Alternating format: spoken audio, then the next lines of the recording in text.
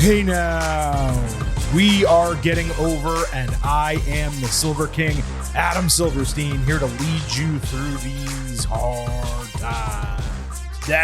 With episode 621 of your favorite professional wrestling podcast. That's right, Getting Over is back once again, and it is Thursday, so you know exactly what that means. We are here to break down everything that happened across NXT and AEW this week, but not only that, AEW did present a special edition of Dynamite. It was the Blood and Guts show, so we will get all deep in that. And TNA Wrestling had a Slammiversary pay-per-view over the weekend. We're going to briefly discuss that as well.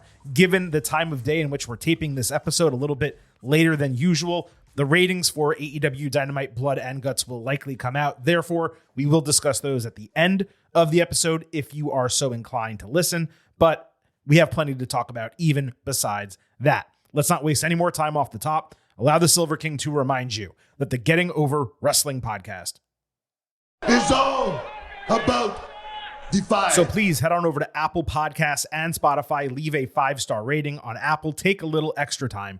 Leave a 5-star written review. If you do, we will read it live right here on the show. Don't forget to subscribe to us on YouTube at Getting Overcast and follow us on Twitter at Getting Overcast for episode drops, news, analysis, highlights, all of that good stuff. You can also send in questions and comments for the show that we will read on the air. Didn't have a lot of time to do that this week, but we will for the WWE SummerSlam Ultimate Preview and every other show that we do next week. Please also remember, I happen to love the number 5. and I hope you do as well, because for $5 a month or $50 for the entire year, you can become an official Getting Overhead. Just visit buymeacoffee.com/gettingover, sign up. You will get bonus audio, instant reactions to every major show, and exclusive news posts on Friday. But even beyond that, subscribing to buymeacoffee.com/gettingover supports this podcast financially, and we would greatly appreciate if you did that. So with all of that out of the way, let's just get right into breaking down everything that happened this week across NXT, AEW, and yes, TNA as well. There will be timestamps in the episode description, so you can skip around if you so choose. As always, I hope you listen to the entire show. Now we're going to start with NXT. But I'm afraid I've got some news. I did have a couple items I wanted to talk about right off the top. I meant to discuss this on Tuesday's show, but I finally got around to watching that WWE Next Gen program on Roku channel. It is ad supported, but there were very few commercials per episode. I want to say 2, maybe. It was super enjoyable and a breeze to watch. Now, I believe only 1 or maybe 2 of the talents featured are still part of the WWE Performance Center, but it was perfect to put on and watch like during the workday. I work from home remotely, and I definitely recommend it for people who like NXT or even just the WWE talent process. And even though it's on Roku channel, you can watch it on any device. I downloaded the app on my Sony TV. I'm sure they have it for Samsung, any other devices, Apple TV that you might use. I would assume you can get the Roku channel, but it was really easy to watch. Like I said, minimal commercials, a lot of content. I think it was 8 episodes, hour long each. Super, super enjoyable. I highly recommend WWE Next Gen. We've also noted on this show and buymeacoffee.com/gettingover, our news posts over the last few weeks, that Australian wrestler Delta was all but officially heading to WWE. It was reported Tuesday by Fightful. That is indeed the case. I cannot confirm as much from an official standpoint, but it's everything we had heard was happening for the last month plus. That's a huge acquisition for WWE. Go watch some of her highlights on social media. Super, super impressive. You bring her in with Stephanie Vaquer, Julia, potentially Jordan Grace coming on down the line. Again, I would bring her straight to the main roster if she does sign to WWE. But that's 3 or 4 of the most talented women in professional wrestling all coming in at one time. Crazy acquisitions for WWE and NXT. Lastly, Maiko Satomura, who has been working for WWE the last couple of years as a trainer for NXT UK, but recently has been in Japan once NXT UK closed, announced that she will be retiring from in-ring competition next year. She's the original Final Boss legitimate legend in women's wrestling. It's going to be real interesting to see if she retires simply from one of her Sendai Girls shows, like she just has a match on one of those shows, or if WWE perhaps platforms her as a more significant part of a show in Japan. They are considering doing a major show over there. I don't know that it's going to happen, but they were talking about it for 2025. The other option is, of course, that she could come to the United States and get inducted into the WWE Hall of Fame and maybe do a match at like an NXT stand and deliver on WrestleMania weekend. So lots of different things that can happen with Satomura, but I did want to mention those items off the top of this show. As mentioned, timestamps in the episode description if you wish to flip around, but we are kicking things off with NXT. Trick Williams opened NXT by pulling his car into the parking lot, seemingly not turning it off and just leaving the door wide open. Man's got to be more careful than that. He stormed to the ring, bypassing a ton of talent cheering him on. Cedric Alexander stopped him, but Trick said he's going after Ethan Page. There's nothing anyone can do about it. He reiterated that again in the ring before Cedric interrupted, saying Williams' passion is blinding him. Out came Ashanti the Adonis. He is using the after all. He said he was there to pick up the ball that Trick dropped. Williams shot back at him, saying, hit row. Alexander tried putting both in their places. Trick said he's the best of the three. That pissed Cedric off, and it led to a challenge. Ashanti talked more shit, and he got destroyed. The other two went face-to-face with intensity.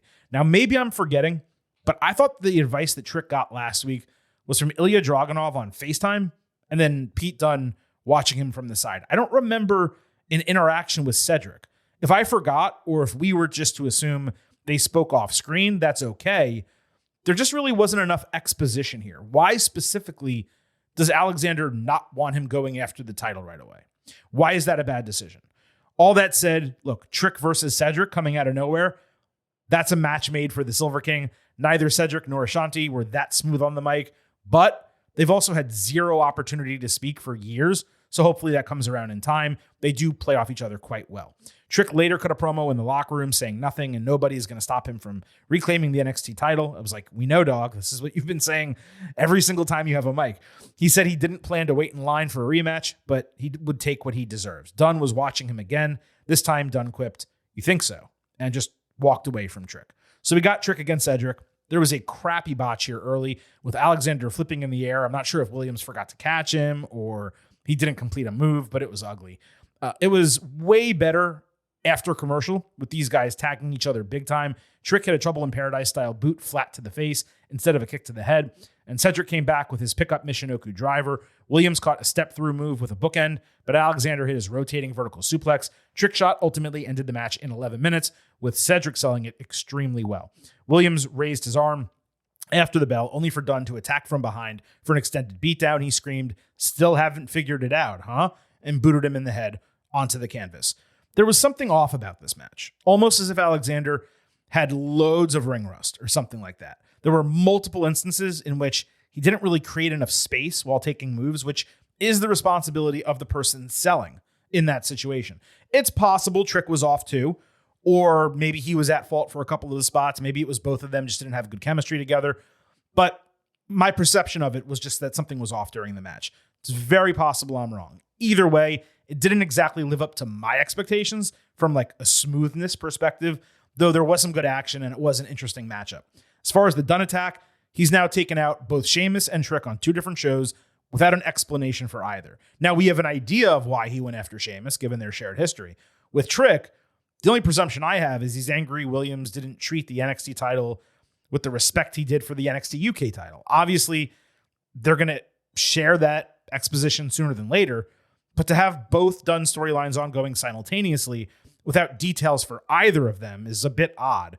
For now, my headcanon is he's just pissed about being stuck as Butch for a year. And they're going to have to give me more than that, hopefully on SmackDown, or I'm sorry, on Raw, and then again on NXT. Ethan Page entered NXT with Tyson DuPont and Tyreek Igwe clowning him for getting pinned by Oro Mensah last week. Page stayed sensitive and claimed he wasn't embarrassed, but said they weren't worth his time. It was just a fun parking lot interaction enhancing Page's character. And it's interesting. A lot of shit has gone down in the parking lot over the last 2 weeks, but no one's been attacked, which is very odd for NXT. So we had Mensah against Adonis. This was built from that brief backstage interaction last week where Ashanti flirted with the Metaphor ladies, which he did again before the bell. He ate a tope from Oro right away. Mensah went on a run with a scissor kick and a springboard moonsault. Then he hit a spinning forearm and a roundhouse kick for the win in 5 minutes. It was a good win for Oro. It's clear he's getting a title match at Great American Bash. For Adonis's first match on NXT, having come in from the main roster, strange that it was so short without him looking good. At the same time, he's never really been a singles wrestler, so maybe it's not the end of the world. I just figured they were there to do more than just job. And maybe that'll prove out over time, but it certainly wasn't the case on this show. Mensah cut a pretty weak promo after the bell, reminding Paige he beat him 1-2-3 last week. He was trying to get the crowd to chant 1-2-3, but they were totally uninterested in doing so. Adonis was later limping backstage when 2 female PC talents found him, felt bad, and helped carrying him to the training room. He said, "I'm going to be all right," and he looked back at the camera winking, which legit sent me. Laughed my ass off. He was smooth as silk. It was straight up a Zach Morris Saved by the Bell reference type of move right there. You could say Ferris Bueller, but for me, way more Zach Morris. I thought it was hysterical. Paige went to enter Ava's office later, only to find Robert Stone and Stevie Turner again arguing outside. Paige just wanted to get rid of Mensah, with Turner saying he shouldn't worry about last week while Stone put his foot in his mouth. They stepped over each other. Paige just walked away. He later came back. They were gone. So he found a referee to confirm that Mensah's 3 count last week didn't count. He brought the referee to the ring, reiterating that he wanted confirmation in front of the fans, but also repeating that none of this actually bothers him. The referee agreed with Paige, so he said refs usually suck, but he finally did something good with his life. Then Mensah ran in from behind, rolled him up.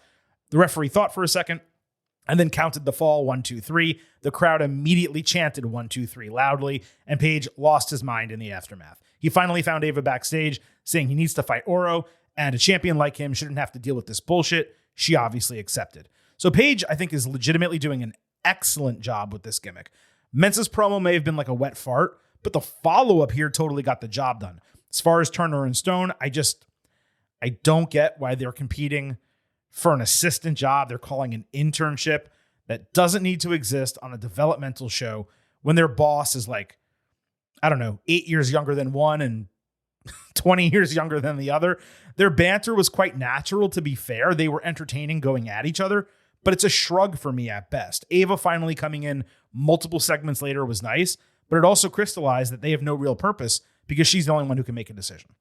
Thea Hale sat down for her first solo interview with Chase U rooting for her from a different room. Ridge Holland came in with new Chase U shirts, inverting the colors, a black shirt with a red logo. The guys were all excited to get new gear. Hale said she's so much more confident a year later, where she doesn't need a pep rally for this match. She can just handle it on her own. Thea said that she sees herself in Ridge a bit because he's not perfect but tries hard and is well-intentioned. It ended with her focused on winning the women's championship. I shit you not, this was probably one of the best wrestling interviews that we've gotten on TV from any brand or company in probably the last year. It was a real sit-down with real questions. It was longer than 45 seconds. We got character extension and development, and Thea carried herself extremely well. She was a total natural speaking like that. That's not something everyone can do well in a scripted setting. Remember, she's 20 years old. It was a simple segment. Not much happened, but it was one of the best parts of NXT.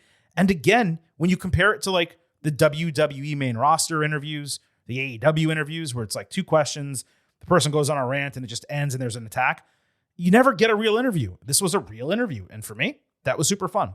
Regarding the new Chase U shirts, I'm super mixed. It would have made sense if they were turning heel as a faction to go with a black shirt, but using red as the primary color differentiated them in a world where 95% of wrestling shirts and logos have black backgrounds. I know it's just an aesthetic choice, and maybe I'm nitpicking.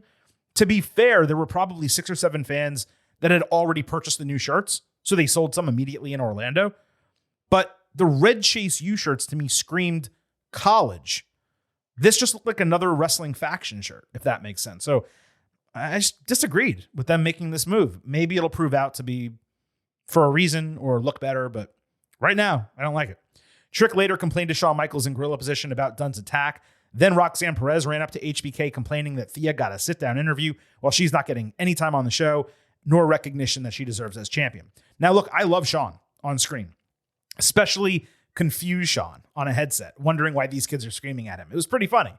But as we just discussed, how many authority figures are needed in NXT? You have Ava in a GM role with 2 assistants fighting who don't do much of anything. And then Trick and Roxy are just straight up going to Shawn over all 3 of them to complain. Why isn't Paige doing that also? They've got to figure this out. With Ava in her role, Sean should really only be used similarly to Paul Levesque on the main roster, where he only gets involved if it's something that needs to happen in gorilla position. And if you play by that rule, the Trick conversation made sense because he was coming back from the ring. But the Roxy rant did not. Why would she go run to him, especially when she's feuding with Ava? It was fun, for them to do it. It was great to see Sean on TV. I just want a little bit more logic in the way the authority figure roles of NXT are being utilized. Joe Hendry got a narrated video package showing fans, kids, and even those idiotic TikTok reaction people, no offense, getting excited over his NXT appearances. He talked about coming up as a wrestler. There was some TNA footage used, and we saw tons of Hendry signs across all of WWE programming over the last few weeks. Hendry said his goal is to be the answer to all of life's problems, and he will have a live in-ring concert next week at Great American Bash. Gallus in the NXT parking lot reiterated that they don't like Hendry, and he needs to get beat down. Joe Coffey challenged him for Great American Bash, only for Gallus to find concert flyers all over their car, which led to them flipping out. Coffey did this little squat jump like he was throwing a tantrum that absolutely sent me. They were, again, super solid, taking this less serious turn. Gallus is finally showing some personality. How long have these guys been in WWE? How long have they been in NXT in the United States without any shred of personality? Despite all of their in-ring success before, this is probably the most entertaining they have been in their entire WWE careers. They might have actually figured it out, which is just a testament to what NXT is able to do with talent these days. Now, all of this with Hendry was super necessary because while many fans are aware of him, there has to be a large portion that are legitimately confused about why he's such a big deal when he appears. So it was a perfect video package that was informative and entertaining while setting up a tune-in segment for next week. Really well done. And definitely the first time in WWE history that I can remember where a non-contracted talent from another promotion got put over like this. They are treating him like a blue chipper they just signed, not someone who works for another promotion. It's kind of wild when you think about it. The Rascals found Nathan Frazier and Axiom backstage and basically made a friendly challenge. Frazier asked which two of them would be fighting, so they said there was three of them, all back together, which led to a six-man tag. They're all baby faces and seemingly fighting for fun here. But this was so incredibly stupid by the Rascals. They had Frazier and Axiom basically agree to a tag team match, which you would think they'd put the titles on the line for. And instead they're like, nah, we all want to fight you without the titles on the line. Now, maybe this segment wasn't executed properly. Someone flubbed a line, but it was illogical to give up a potential title match in this situation when MSK or the TNA version of Rascals easily could have just done the match for the titles. Now, after they left, Axiom told Frazier he was part of the next WWE Speed tournament. Frazier was angry because Axiom gave him so much shit for it, saying it was a distraction, but he countered that Frazier proved him wrong, so there should be no problem with him doing it. Facts. They continued arguing about this later when Javon Evans popped in wanting to team with them. Like that, they turned it around. And adding Evans to this high-flying match, like from a booking standpoint, was wild. I started thinking at this juncture, okay, not doing the match for the titles may have been stupid, but this is also going to be a really sick six-man. So we got Frazier, Axiom, and Evans against the Rascals. Evans was insane early, hitting a seated springboard hurricanrana and a head target dropkick. He and Wesley were phenomenal together. Zach Wentz hit a 30-second Bronco Buster, which was way too much, with a whole tope barrage after. Axiom took a header into the middle turnbuckle. Frazier got murked with an anti-air pump knee off a springboard. Evans took a triple basement dropkick with Wesley in the middle, getting flipped over for momentum. Really cool-ass move. Evans came back with his awesome flying cutter on Trey Miguel. Axiom then hit an avalanche Spanish fly, with Frazier adding Phoenix Splash about 1/3 of the way into the ring for a broken fall. Evans ate a tornado-style cutter from Wentz after that. Axiom got seesawed into a super kick and a double stomp before MSK hit the push moonsault, with West flying out of the ring for the Rascals to stand tall in the main event, and they all shook hands after the bell. This was a straight-up phenomenal match. The WWE match of the week, in fact, counting all the way back to last Friday's SmackDown. The main false finish was super believable. The work across the board was top tier. Unlike the last Rascals match, there wasn't too much flippy shit for the sake of flippy shit. And I did realize, again, no offense to the individual, but Trey Miguel is really the biggest offender when it comes to flash just for the sake of flash. But I digress. This was a perfect TV match, as great of a main event as you could get, especially for a show like NXT. there was nothing developmental about this. You could put all 6 of these guys on the main roster tomorrow, and this would have torn the house down at a Raw or a SmackDown. I'm trying not to overrate it because there's so much high-quality wrestling these days. So I'm settling at 4.25 stars and an A, but there's no way it could be anything short of that, given what these guys put on tape Tuesday night. And to be fair, circling back to my earlier criticisms, with Rascals getting the win here, there's a legitimate reason to go Frazier and Axiom maybe against MSK on night 2 of Great American Bash. They get their win back, and we get another exceptional match. It's a win-win. I've mentioned this before, but this exchange with TNA is really working well. WWE gets the top stars on its shows, and TNA basically gets to win every single non-title feud between the brands. This proved out not only Tuesday night, but also last weekend at Slammiversary, which we will go and talk about a little bit later. Josh Briggs fought Brooks Jensen in a no disqualification match. Jensen attacked Briggs before his entrance music even started, but Briggs chucked him into the barricade gap and beat his ass. Then Briggs chokeslammed him straight through the announce table with authority. This all before the bell. Stairs, trash can, kendo sticks all in the ring with the match starting. Jensen did a 6-spot during commercial where he jumped off the stairs, drop-kicking a trash can into Briggs, who was in a tree of woe. Briggs brought the announce table lid into the ring and got clotheslined, drilling his head into the back of it before eating a seesaw into it. Jensen added 4 kendo stick shots to Briggs' back, really gnarly. Briggs backdropped him into the side of the steps, even more gnarly. Then they simultaneously knocked each other with sticks. When the chairs came out, Sean Spears appeared, telling Briggs to do it. So Josh grabbed him by the vest on his shirtless body, with Spears telling Jensen to do it. 5 chair shots later, Jensen DDT'd Briggs into one of the chairs for the win. Spears then put his hand on Jensen's shoulder and they walked out together. This totally over-delivered. It was brutal and superb. No DQ matches are frequently a dime a dozen these days, but seeing unique, unexpected sequences and hard-hitting action is always a positive. We expected the Spears alignment, and it's the right move for both guys because they've been floundering in NXT of late. The wrestling aspect of it wasn't anything special, but these guys beat the ever-loving shit out of one another, and they put on an absolute banger to open the show. I went 3.75 stars B+, and 4 slabs of beef. Briggs is going to head to Japan to compete in the Pro Wrestling Noah N1 tournament, so this likely wrote him off for a month before he comes back. Seeking vengeance on both guys is what I would expect. Sol Ruca, Lola Vice, and Carmen Petrovic were watching footage of the Stephanie Vaquer versus Isla Dawn match from Mexico, putting over her talent and how she's going to be a really tough person to get out of the division. They started talking about whether Unholy Union have been defending the tag team titles when Lash Legend and Jakara Jackson interrupted, saying they were in line for a shot. Petrovic pointed out they don't exactly deserve that. They haven't beaten anybody, so that led to a tag team challenge. We got Ruca and Petrovic against Legend and Jackson. Sol hit an awesome flinging X Factor over the ropes. Petrovic hit a tornado DDT on Legend while kicking Jackson. Sol did a literal perfect moonsault off the apron, but Karma got absolutely murked with a lash punch before Legend hit a new finishing move, a behind-the-back facebuster, I want to call it maybe. No idea how to describe it, for the win. Sol had the highlights, but Lash was the star of the match. Great to see them working together in the tag team division again. After the bell, Lash and Jakara challenged Unholy Union to come down to NXT and defend the titles next week on Great American Bash.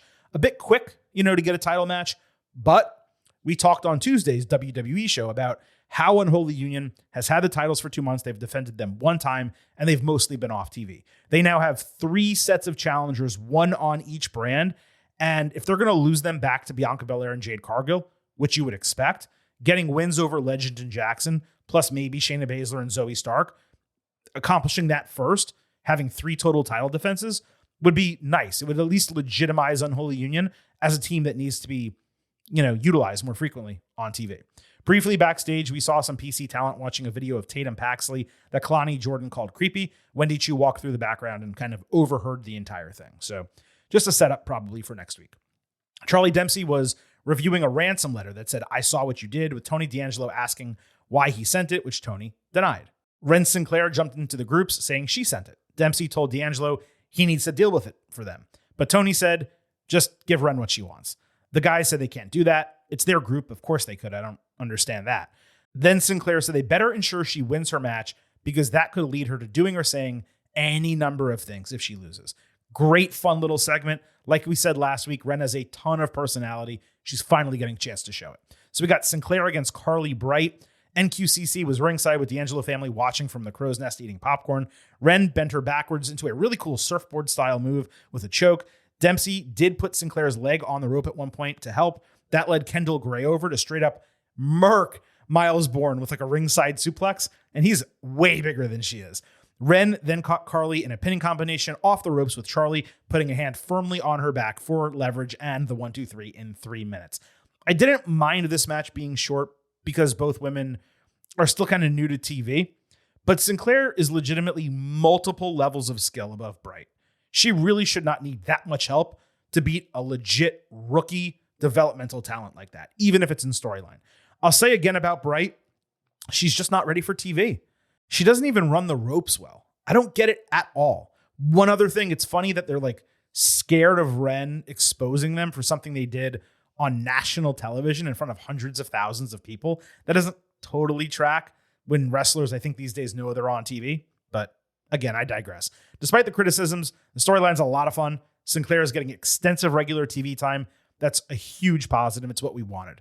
Later backstage, D'Angelo complimented Dempsey on getting the job done. He turned it, saying they still want the Heritage Cup back. D'Angelo suggested their Olympian could challenge for it, with Luca Crucifino putting over all of his wrestling credentials. So it will be Tavian Heights going after the cup. And that could similarly be a write-off for him. He's also going to compete in the N1 in Japan. The banter between these sides was fun all night. They really play well off one another. And these 3 segments were some of the best on the entire show. And lastly, we have Eddie Thorpe against Lexis King. Thorpe ate the drive-by knee, but countered the coronation into his paradigm shift style, elevated DDT, and he got the win. This lasted 3 minutes. They spent more weeks building this match than there were minutes of action. King attacked after the bell and stuck Thorpe's arm between the steel steps and the ring post before slamming his hand with a cane. I guess that prevents him from DJing and shit. So obviously it's going to continue as a feud, but Thorpe's been off TV for a long time. So doing an injury angle here was kind of odd. Is he missing more time? I'm just not a huge fan of how this has transpired between them over the last couple of weeks. They changed Thorpe's gimmick, but didn't change it, but did. And King's kind of floundering when he seemed to be on the ascension. I don't totally understand what they're doing with these two guys. So that wraps up NXT. Let's quickly just discuss what's on tap for NXT Great American Bash next week. Women's Championship on the line, Roxanne Perez against Thea Hale. Given some of the names expected to come into NXT really soon and the fact that Roxy can lose the title to pretty much any of them, she will obviously retain against Thea. Women's Tag Team Championships, Unholy Union against Metaphor. Clearly, Unholy Union will retain as well, given they're on the main roster and they're going to be fighting more main roster superstars. I wish that was less predictable, but that's where we are right now. Heritage Cup, Tony D'Angelo against Tavian Heights. I guess you could make some argument that Heights could win the cup and then bring it to Japan and put it on Noah's show, but I don't think that accomplishes much. Plus, Heights is still kind of a neophyte on TV, and D'Angelo's very firmly established. So D'Angelo retains. So no title changes here expected. And we also have the Joe Hendry in-ring concert. So NXT in totality, super entertaining episode. Second week in a row where they've gotten back on track. You'll remember I was critical of it for a little while coming off the last premium live event. Just it wasn't hitting right. And it seemed like there was a lull in terms of character development and exciting storylines. They've fully picked it up for Great American Bash. The next 2 weeks are going to be on Sci-Fi, so ratings will naturally be lower, especially because they'll also be going against Olympic stuff on NBC in prime time, but the shows look like they're going to be loaded, and that is a major positive. Now, before we get to AEW, because there's a couple NXT and former WWE references here, we're going to take a quick look at TNA Slammiversary 2024. I wanted to discuss this show because it was TNA's highest attended event in a decade. And given it was in Montreal with what I expected to be a strong crowd, I figured it was worth focusing on a few key matches from the show. We're only doing half and we're going to go through it quickly. Overall thoughts on the show. It was one of the best I can remember from TNA, though I don't watch regularly. For a sold-out building, it was too dark. It might have been the footage I watched after the fact, but there seemed to be a haze over the picture. It just wasn't very sharp. Again, that could just be how I watched it. Also, the audio was terrible. The TNA Championship was on the line in the main event. Moose, Frankie Kazarian, Nick Nemeth, Josh Alexander, Steve Macklin, and Joe Hendry in a 6-man elimination match, which is exactly what you want to do when you have that many people. Moose was draped in the American flag like Apollo Creed. Kaz caught Moose with a flying cutter. Great spot, but he speared Macklin for the first elimination. Moose did. Hendry hit a trio of fallaway slams with kip-ups. Then he went toe-to-toe with Moose and hit his standing ovation finisher for a shocking elimination of the champion. Second overall, not just the champion being eliminated, but Hendry being the one to do it. I love when a champion gets eliminated early in such a match. Alexander immediately hit Hendry with a C4 like seconds later. C4 spike, I should say, I'm sorry. And fans understandably did not like that. He got eliminated. Then he beat the shit out of him. He got some heel heat. Nemeth caught Alexander with a super kick for an elimination. Then Kaz, who was basically absent for a third of the match, hit his fade to black finisher for a false finish on Nemeth.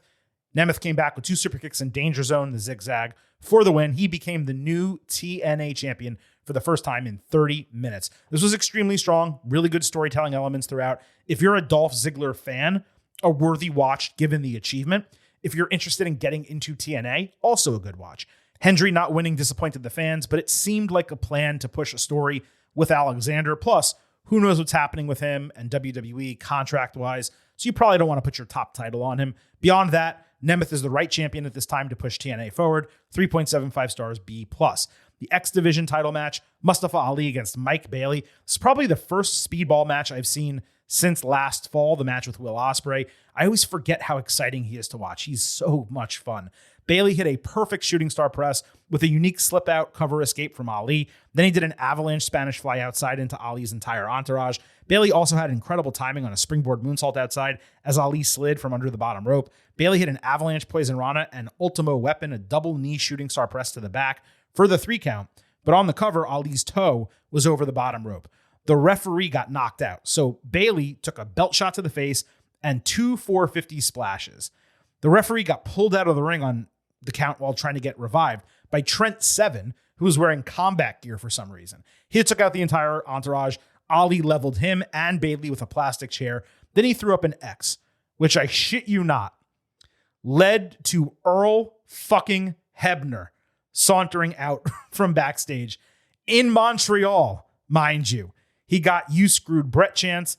Ali put Bailey in the sharpshooter with Hebner refusing to screw someone else over. Bailey kicked the chair out of Ali's hand, put him in the sharpshooter, and Ali straight up tapped out for the title change. Off the top, the Hebner spot didn't totally make sense. If he came out as a heel for Ali, why wouldn't he just cheat and end the match for him? That's just a logic gap. But that aside, Hebner getting like a redemption moment in Montreal, it was kind of cool. Bailey, who shares my birthday, by the way, happy birthday to him, as does Bobby Lashley. He got to win a big title in his province. The crowd was hot for it. The match was excellent. Best of the night. The long, dragged out, convoluted finish brought down the overall excitement. This was headed for a high full A, legit. I'm at 4 stars A-, but the wrestling part was obviously better than that. Knockout's title was on the line. Jordynne Grace against Ash by Elegance. Something called Rosemary came out and chased Ash's concierge backstage with a knife. Ash did a cool move, pulling Grace's hands off the middle rope for basically a Liger bomb ringside. Grace did a superplex into a jackhammer, but Ash countered the Juggernaut driver into Stundog Millionaire and then hit a Canadian Destroyer. This is Dana Brooke, by the way. Grace blocked Rarefied Air, which is Ash's Swanton Bomb finisher, with double knees, but she came back by countering on the ropes with Avalanche Sliced Bread. Ash countered multiple big moves in the finish, but ultimately ate the Juggernaut driver for Jordan to retain the title. While this is not what I would call a great match, seeing Dana pull that many moves out was silly impressive. She's definitely been working on her game. Jordan certainly carried it from a quality perspective, but this is being underrated from what I've seen online. Credit for where it's due. Ash improved here. 3.25 stars and a B. And lastly, the Rascals fought No Quarter Catch Crew. This built from Dempsey having a TV match and NQCC attacking on the back end. Wesley hit a frog splash to break up a bridge pinning combination, then a tope con hero to take down all the heels who had just caught Wentz flying. There was a strange domino-style submission breakup sequence that I would suggest never be done again in a wrestling ring. The Rascals then took Tavian Heights out with Soup Kitchen, a double stomp attitude adjustment, before hitting the push moonsault for the win. Probably only a pay-per-view match due to the NXT star power, but this would have been a very good TV main event. I went 3.5 stars and a B. So that wraps up TNA. Like I said, enjoyable. I'm glad I watched those matches. Do you need to watch anything else from that show? No. And you can probably find Slammiversary if you know where to watch wrestling. Let's move to AEW, and primarily, of course, it was the special Blood and Guts edition of Dynamite. But before we even talk about Dynamite, I want to discuss Collision on Saturday. It made a debut in the eSports Stadium in Dallas, where it will have a month-long residency. It opened with a new non-Elton John theme, Changing that is obviously a cost savings move 1 year later. Despite this being a small venue, it looked really good visually. I've said many times, and this goes for all companies, it's always cool to see wrestling outside of regular stadiums and arenas. I just truly wish there could be some unique locations for shows. Daly's place is tiny, but it's always interesting when AEW goes there like once a year. This looked really cool. I would love to see NXT do something like this. I'd love to see NXT outdoors somewhere, do a beach-themed show. I mean, how cool was it when WCW did Sturgis or Bash at the Beach outdoors, whatever the case might be? WWE could run shows at a festival of some kind. There's definite reason and value and benefit to getting outside of stadiums and arenas. And I really wish companies would do it more often. And look, this is still a stadium, quote unquote, an arena technically. It wasn't that special, and it's probably going to wear on us as we go, 4 weeks or 5 weeks, however long this residency is. I don't remember off the top of my head. But at least for the first night, I thought it looked really good. The audio, on the other hand, was absolutely dreadful to the point where it seemed like they didn't even check it before the show. I think they used arena audio for the broadcast. It was awful. In terms of Collision itself as a show, it was the best episode in months. I would say maybe all year, but I forget what the show was like in the spring. There were multiple matches with storyline relevance, a debut, some quality wrestling. It still wasn't great by any means. I mean, Dynamite was still the better show of the week. I wouldn't tell someone to go out and watch this episode of Collision, but it was proof that there's no reason Collision should not at least be an effort-filled quality show every week. They showed us it was possible with this episode. In terms of AEW matches this week with storyline relevance in general, folks, we've hit, I think, a new record. 7 of 16 matches this week were relevant with actual storytelling or reasons for happening. That is 44%, the best percentage, I believe, since we started doing this. It's possible there was one that was equal or better, maybe like a go-home week for a pay-per-view. Excuse me if I get that wrong, but 44%, this is where AEW needs to be. It's why I enjoyed the product so much more this week and why I didn't hate watching Collision as much as I normally do, because things that happened on TV, for the most part, had reason for happening. Let's go ahead and break down, of course, all of AEW Dynamite, Blood and Guts, Collision, and Rampage. We're going to do it in storyline order, not show order, but we're going to get to all of it. Starting on Collision, Darby Allin fought the Beast Mortos. This was one of few matches without any relevance. Darby took a cool press off the top ropes from Mortos. Allin came back with an avalanche crucifix bomb that nearly snapped Mortos' neck, followed by a coffin drop for the win. Solid, but irrelevant. 3.5 stars B. It was entertaining. Allin cut a promo after the bell saying the Young Bucks suck because they never go to Collision, so this show is his baby. Then he challenged Jack Perry for the TNT title at All In, saying he would stop at nothing until it's around his waist again. That's definitely the right match for All In, given Darby's history with the TNT title. This promo was awful. Maybe it's because he was blowed from the match. That's definitely possible. But him standing on his own without Sting is going to be interesting now. Billy Gunn gave Acclaim tough love backstage immediately after this. Then on Dynamite, the referee was set to do a coin flip with the Elite and Christopher Daniels meeting for it. When the door opened, CD was laid out, and Matt Jackson flipped a double-sided coin to give them the advantage. The referee didn't look at the coin. He just accepted it, didn't seem to care. It was straight up idiotic. I would bet good money there is no follow-up on CD being attacked by other EVPs whatsoever. I mean, it's just so frustrating. On Dynamite, let's talk about Blood and Guts. Swerve Strickland, Darby, Mark Briscoe, and the Acclaimed against the Elite. Now, clearly, this is going to be the most significant portion of the AEW review this week. Swerve was cutting a promo for the team when Darby cut him off, saying he's not their leader, and they're never going to see eye to eye, and it's only about beating the Elite. Max Caster then wanted some smoke with Acclaimed focused on winning the tag team titles, which were not on the line in this match. Briscoe then stepped in to stop the beef and unite them. Many AEW fans know Swerve and Darby have history from this Seattle independence, but it made zero sense that Allin would be so combative unnecessarily when he literally joined the team on his own volition, knowing the champion was the captain. We've already discussed how Team AEW was hastily put together and booked strangely. This did not help whatsoever, and it didn't even play into the match. It was not a story point in the match to come, so why even do this on the show? Jack Perry and Darby started. After brawling into the crowd randomly, Jack lawn darted Darby into a trash can between the turnbuckles. Nick Jackson was out next with a box of some kind. Briscoe evened it with a great step-up clothesline off a chair across both rings. He soon bladed. Matt Jackson and Anthony Bowens followed. It looked like the box was a hard case for their shoes. That's what I thought. Perry had a legit top-tier sell of a Famouser spiked on his head. Thumbtacks and a pair of scissors came out. The latter were stabbed into Perry's head repeatedly and then inserted open into his mouth, which was unique but pointless because, he didn't close them. Why are you just sticking scissors in someone's mouth open if you're not going to do something, right? But I'm glad they didn't because, ouch. Anyway, this was one of those stupid AEW spots you just kind of roll your eyes at. Don't worry, I praised most of this match.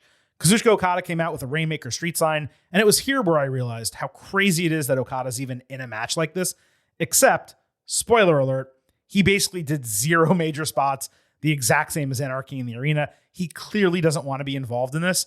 Not that I blame him one bit. Perry and the Jacksons both bled as Caster came out with a barbed wire board, but Bowens took 2 slams into one board before eating a barbed wire sandwich swanton bomb. Okada filled Caster's mouth with tacks for another double super kick spot. This was actually smart to do. They didn't actually fully say it on commentary, but because Caster runs his mouth and talks the most shit about them and obviously raps, putting them in his mouth out of everyone made the most sense. Hangman Page was not seen earlier backstage and did not enter when his music played. He was biding his time so he could blindside Swerve during his entrance. He beat the shit out of him, handcuffed him to the outside of the cage. He screamed that Swerve didn't deserve the title, and then he hit him with his own title. Another very smart booking decision. Briscoe took a nasty bump with his head, landing on a bottom turnbuckle with a barbed wire board. Matt grabbed a mic and yelled at Hangman through the cage as he continued to beat on Swerve. He threatened to fire him if he didn't enter the ring. Then he demanded the referee ring the bell because he's an EVP. Okada shoved Hangman. They fought 5-on-4. Randomly, Jeff Jarrett came out with his guitar. Brandon Cutler stopped him.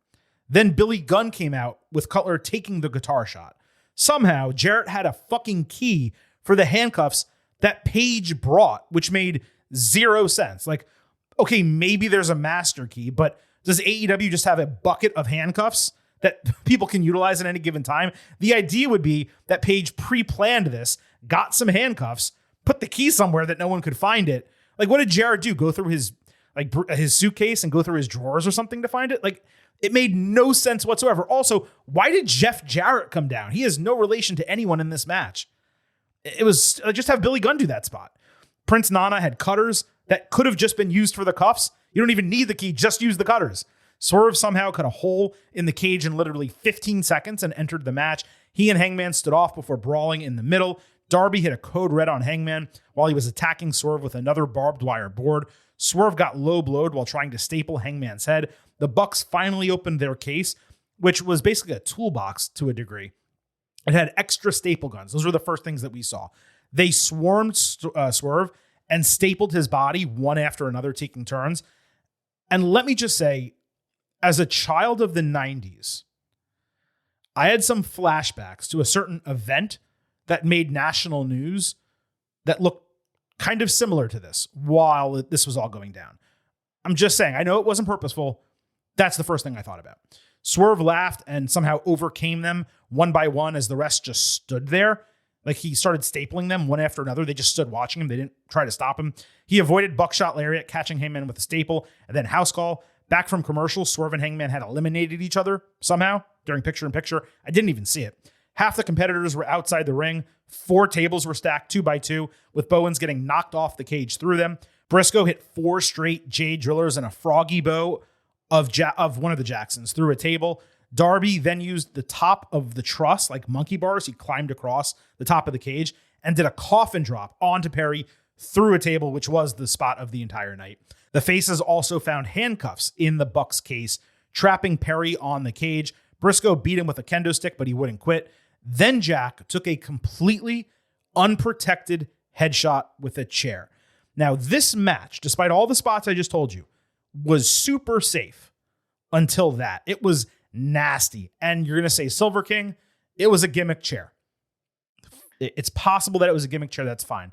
It's still a spot that makes you cringe given how easily people get head injuries these days. You don't necessarily have to have a really hard, solid object to get a head injury. You can get one from a soccer ball, from headbutting one.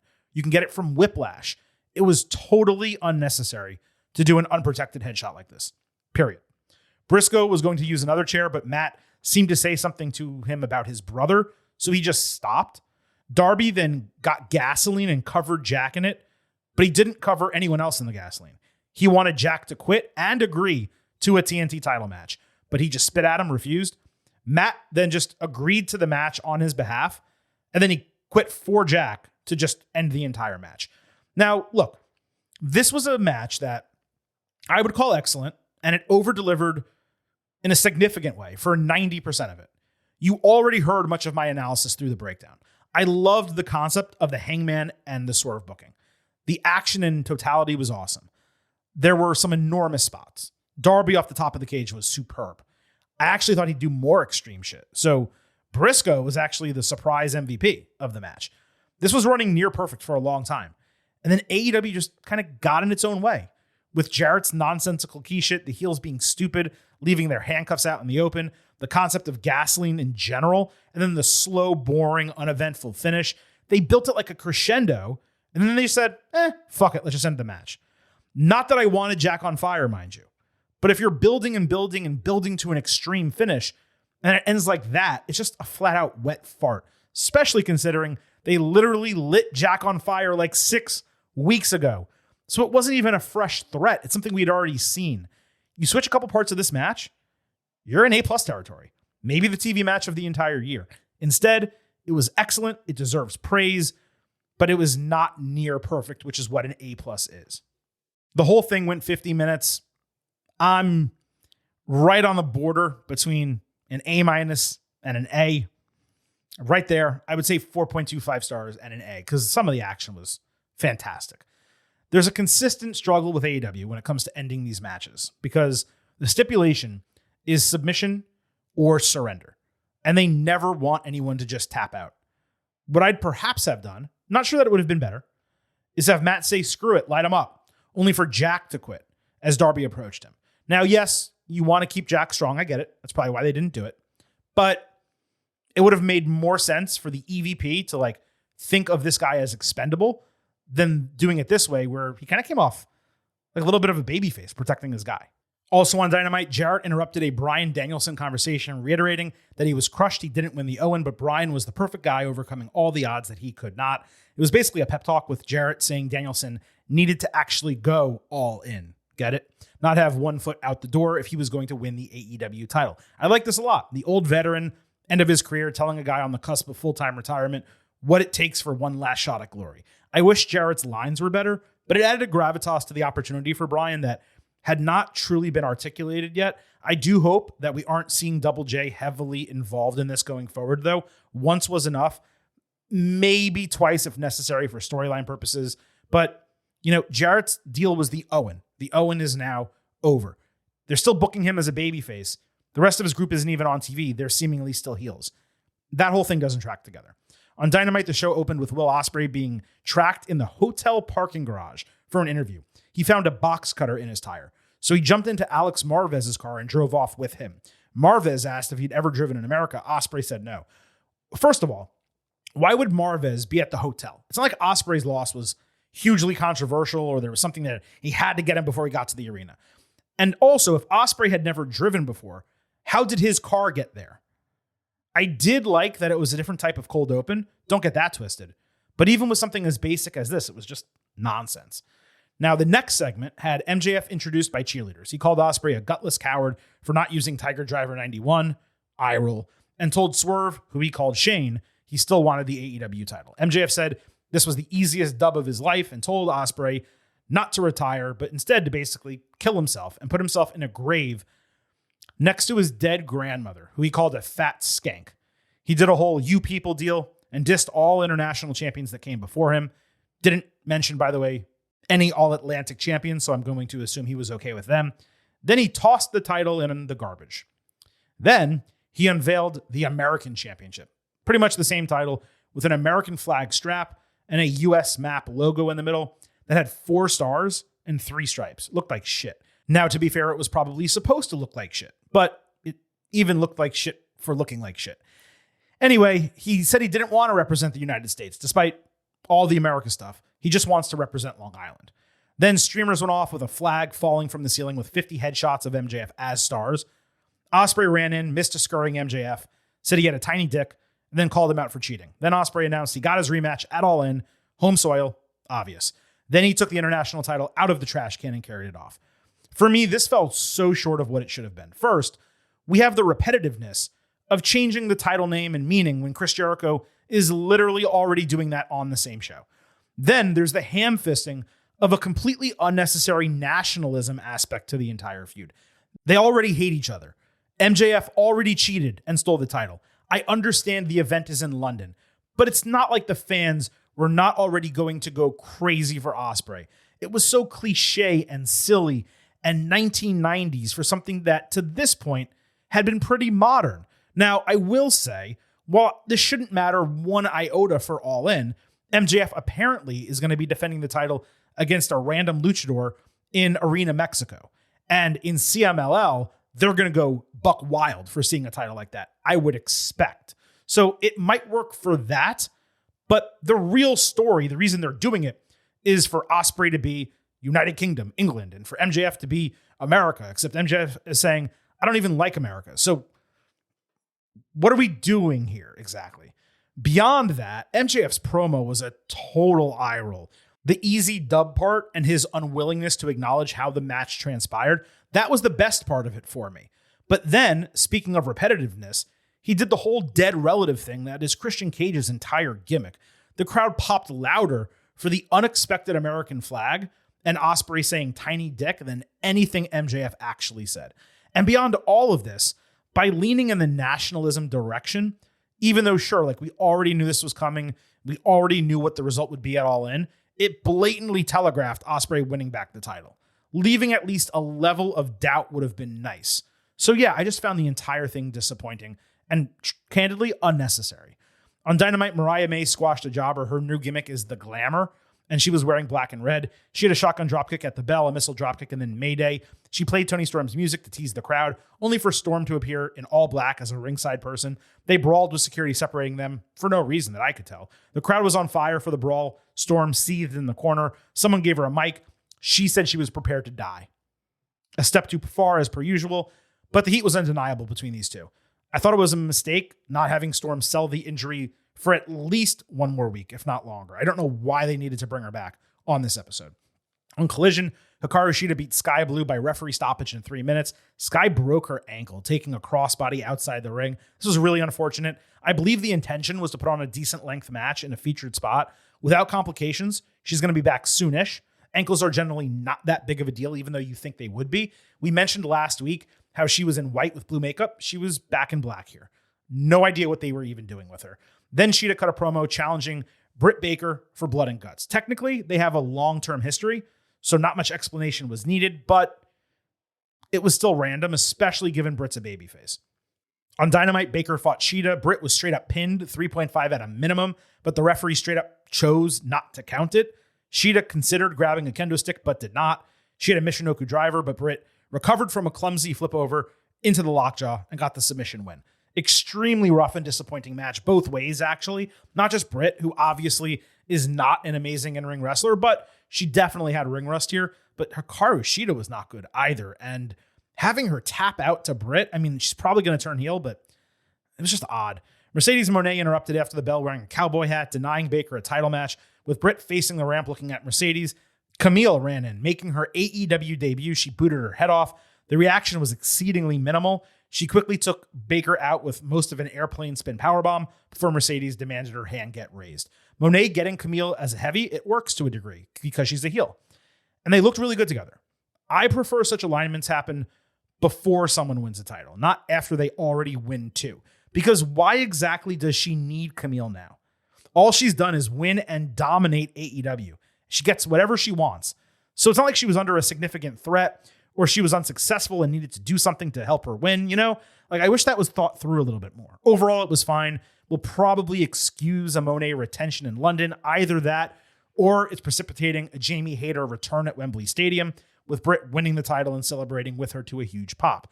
That would make the debut of Kamille here make more sense. But again, they could have done it before she won the titles either way. Circling back to Sheeta, she did look pretty badass coming out in a fur coat. The kendo stick deal plus her losing this match, that's why I do think she will make a heel turn. I feel like they need faces, not heels, but whatever. It probably doesn't matter. On Collision, the trios titles were on the line. Bang Bang Gang against the Patriarchy. This main evented a reminder that the titles were stripped from one of the teams literally competing for the titles in the match. Juice Robinson blocked an attempted low blow from Nick Wayne, hit a powerbomb. Luchasaurus chokeslammed Juice off the ropes with Christian adding a frog splash. Robinson ducked, leading Killswitch to headbutt Cage. They botched a broken fall after that. Christian put Juice in Killswitch, so he reversed it.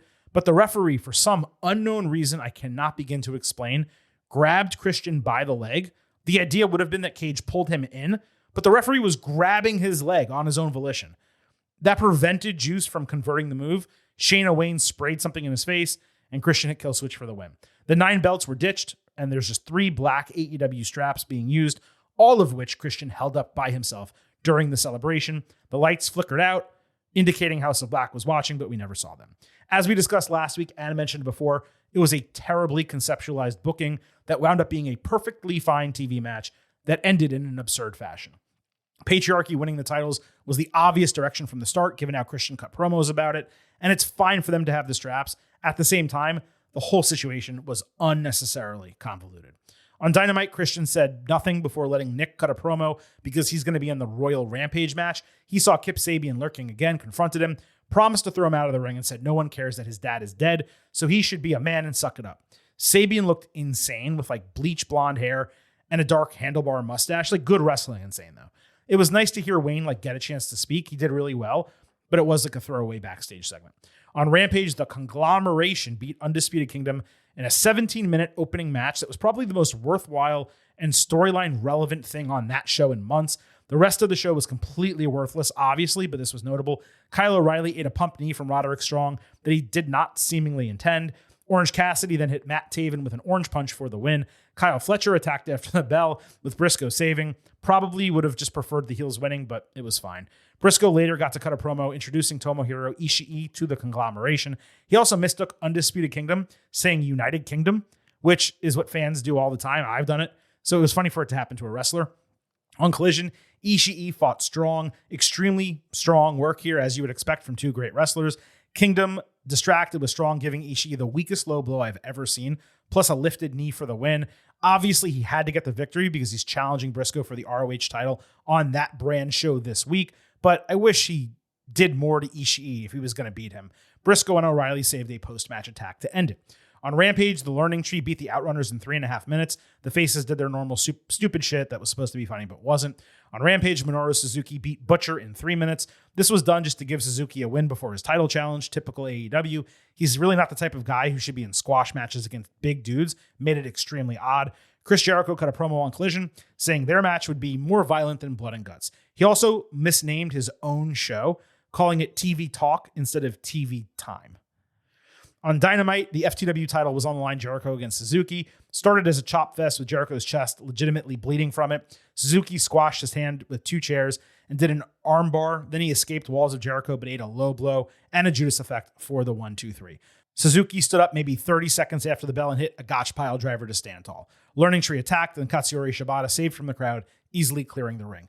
Extremely solid match. Probably Jericho's best in a long time. Pretty disappointing finish, going flat, blatant low blow like that, especially when we just mentioned the same thing happened to Ishii. I'd be here for Shibata and Suzuki teaming up, but I wonder if it's just like Shibata now going after Jericho's team again for All In. That could make sense. On Collision, FTR was interviewed in the ring. They put over Tommy Billington's potential before Cash Wheeler referenced his legal issue, saying wrestling was his escape from it. He spoke about this for like 3 minutes. Then Dax Harwood talked about how great they are as a team and how they have a ton of great matches and they want to have more great matches. He said what bothered him is the Young Bucks jumping them for best tag team in the world over the last year. And I'm like, really? The Bucks have barely wrestled or done anything over the last year. They're certainly not the best tag team in the world. He said their road back to the titles begins next week and it ends at All In, and they tried to rouse the crowd to get behind them. My Lord, every FTR promo is exactly the same. I guess technically Dax didn't mention his daughter this time, so it was slightly different. Why the hell did they let Cash talk about his arrest that long? Why is FTR out here signaling All In when the Acclaimed are the number one contenders? I mean, we already know they aren't winning the titles, but this just confirmed it. And how is AEW's tag team division so thin that the only thing it can bubble up for a big show is a match we've already seen 20 times? It just feels like the ship has sailed on FTR, man. At least to me. That doesn't mean they don't wrestle well. They do, but I don't care about them anymore. I don't want to see them anymore. And it's the same thing over and over. It's like missionary position every single night. It's the same thing over and over and over. It's like missionary position every single night. In the tribal chief, the head of the table, we're not interested in that. No, I'm not, Roman. I'm not interested in that shit. On Collision, Thunder Rosa fought Deonna Purrazzo in a lumberjack match. Rosa hit a spinning Death Valley driver, then speared Purrazzo through the ropes into a pile of the women ringside. That was the spot of the match. The women brawled ringside with Taya Valkyrie handing a turnbuckle wrench to Purrazzo behind the referee's back. She drilled Rosa in the head and got the win. They have a relationship, having worked in TNA together, so while it was not completely out of left field for viewers who know that, it should theoretically build to a relationship on TV in AEW, unless it was just randomly done to protect Thunder and another cheating victory for Deonna. Given how well their last match went, this actually disappointed significantly, I would say. On Collision, Hologram made his debut in a match against Gringo Loco from GCW, who was a nice opponent to sell his ass off for him. Hologram was impressive athletically. He didn't really do anything that we haven't seen before, despite Tony Schiavone trying his best to sell him as unique. The finish, an airplane spin powerbomb called the Portal Bomb, was the best move of the entire match. But the wrestling is not what we are going to be talking about here. First, under the mask is Aramis, a Mexican luchador. And the gear was so 90s, or like create a wrestler.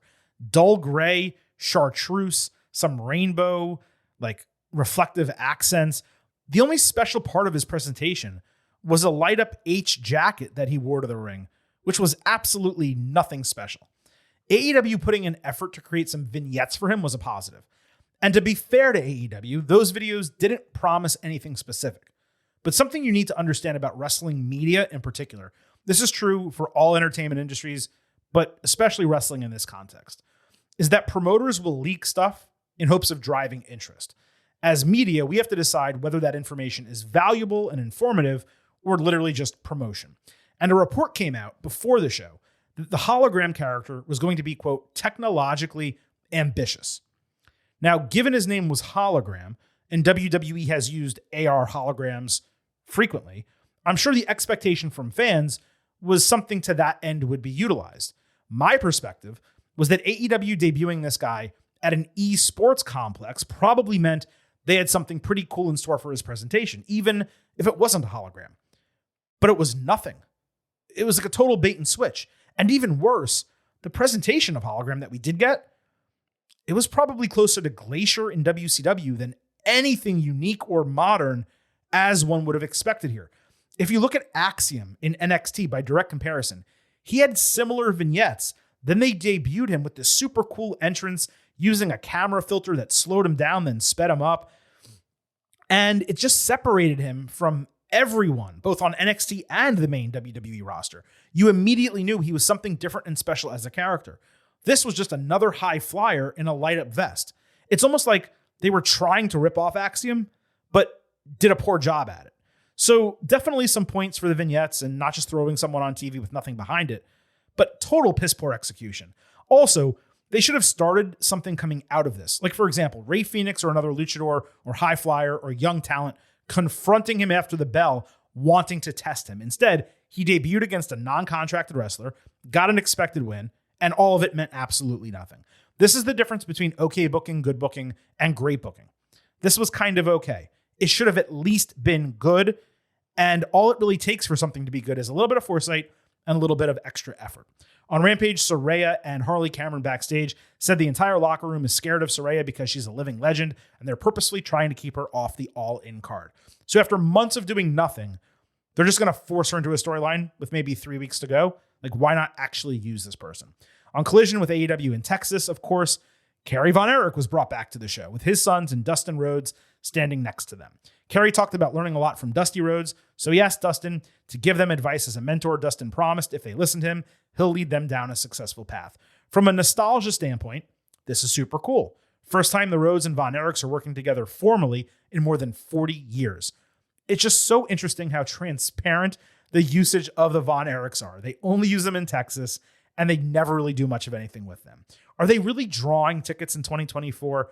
It's not like Iron Claw got people to say, oh my God, I can't wait to see Von Erichs who were not in that movie in the ring. No one is tuning in for this. You know what I mean?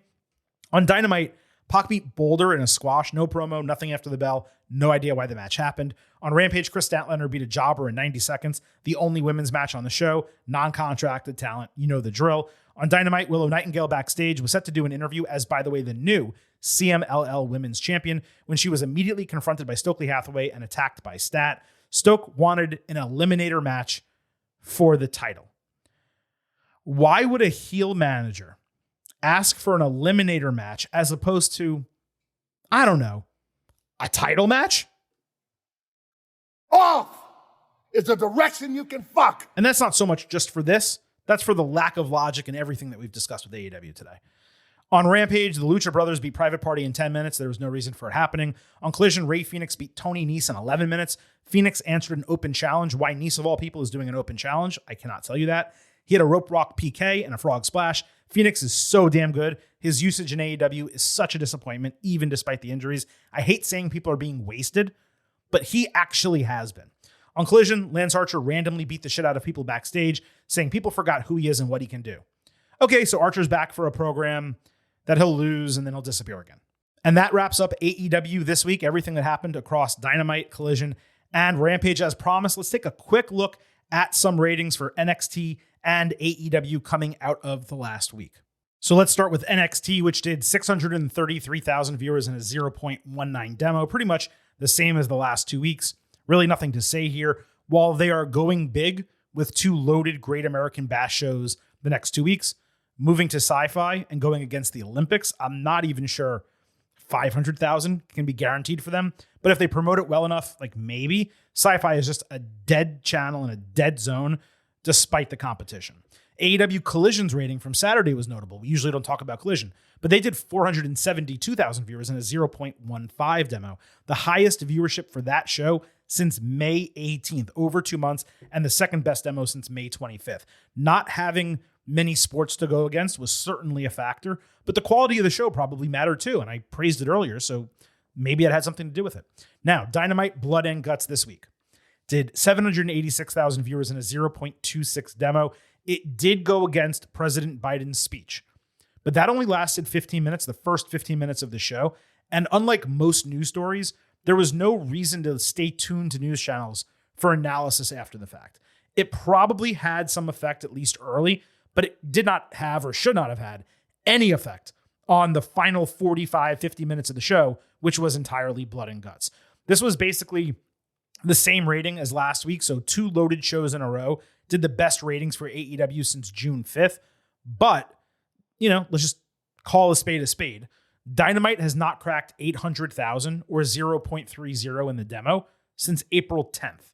And if you want to look year over year to Blood and Guts last year, it was down nearly 200,000 viewers. Blood and Guts is generally the most watched AEW episode of the year for Dynamite, just because the match is so unique. So not great, not bad, but certainly from a year over year standpoint, AEW is continuing to suffer in that regard. All right, folks, that wraps up this edition of the Getting Over Wrestling podcast. Of course, we have the WWE episode from this week ready for your ear holes if you have not listened to it already. Next week, we will be back on Tuesday with your WWE SummerSlam Ultimate Preview. On Thursday, your NXT and AEW show. And then next Saturday, your WWE SummerSlam Instant Analysis. You're not going to want to miss any of that. So if you're a first-time listener, be sure to hit that subscribe button. Please remember that here on the Getting Over Wrestling podcast, It's all about Defy. So head over to Apple Podcasts and Spotify. Leave a 5-star rating on Apple. Take a little extra time. Leave a 5-star written review. If you do, we will read it live right here on the show. Don't forget to subscribe to us on YouTube at Getting Overcast and follow us on Twitter at Getting Overcast for episode drops, news, analysis, highlights, all of that good stuff. Please also remember, I happen to love the number 5. And I hope you do as well, because for $5 a month or $50 for the entire year, you can become an official Getting Overhead. Just visit buymeacoffee.com/gettingover. Sign up, you get bonus audio, instant reactions to all the major shows, and exclusive news posts on Friday. Again, buymeacoffee.com/gettingover. Thank you all so much for listening to this edition of the Getting Over Wrestling Podcast. It is time for the Silver King to sign off and leave you with just 3 final words. Bye for now.